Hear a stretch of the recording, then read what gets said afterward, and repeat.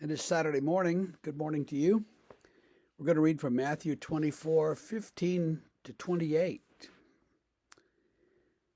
Jesus is speaking, and he says, "So when you see the abomination of desolation spoken of by the prophet Daniel standing in the holy place, let the reader understand. Then let those who are in Judea flee to the mountains.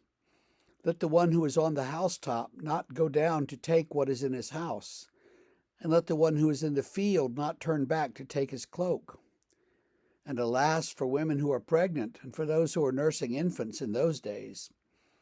Pray that your flight may not be in winter or on a Sabbath, for there will be great tribulation, such as has not been from the beginning of the world until now, no, and never will be.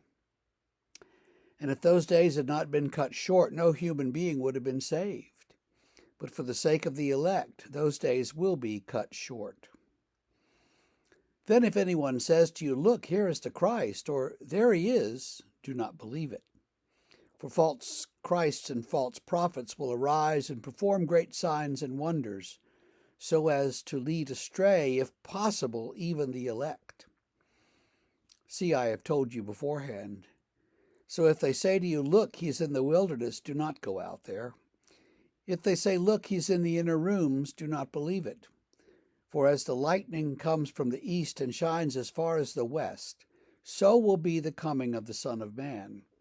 Wherever the corpse is, there the vultures will gather." Now, what in the world is Jesus talking about? And what has Matthew tried to say to us as well? The abomination of desolation is where he starts. In the year around 175, Antiochus IV took over the Seleucid Empire. Okay? Little history here.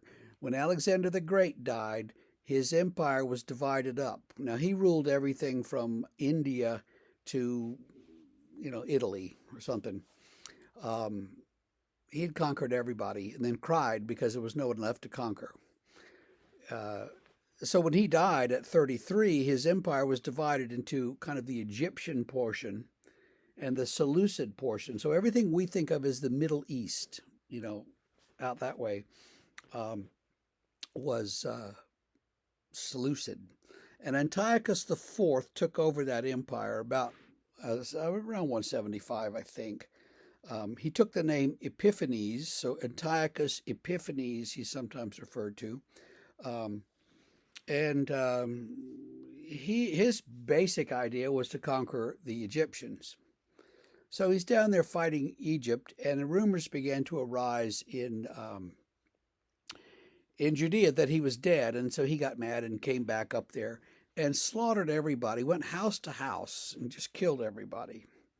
There was some sort of civil war going on anyway or a lot of tension between the traditional Jews in the countryside and the Hellenized, the Greekified sort of Jews in Jerusalem. And he was taking advantage of that.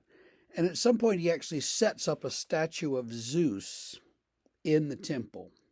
Now, that's the abomination of desolation in the holy place that Matthew wants us to understand. And Jesus is saying, when you see that, flee. Well, what Matthew is describing is something that already had happened and led to the Maccabean revolt. And the Maccabeans were some priests in Jerusalem who rebelled, and there was a civil war, and they took over for 100 years or so until the Romans came along. And so Matthew's talking about all of that stuff. And don't be alarmed if you see this happening.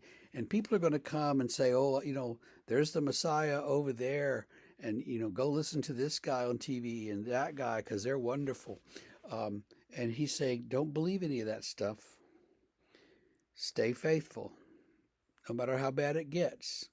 Stay faithful, but understand you might not be able to go back home and get all your stuff. You might just have to run. And but don't worry, because you're going to be all right if you stay faithful to Jesus. That's the basic message in all of this apocalyptic stuff. But Matthew's looking back on the history of the fairly recent history of Israel and saying this is the kind of thing that happens, and this is going to happen, and it's going to happen again. Jerusalem is going to be destroyed in 70 by the Romans. So what had happened in 165 or 63, somewhere back there, is going to happen again in the year 70, and it's going to be worse. So Matthew sees that coming. It may have already happened when Matthew wrote this, and so you get that reporting sense in this apocalyptic passage. But basically, his message to us is stay faithful, and you'll be all right. You'll make it through. Even if they kill you, you will survive.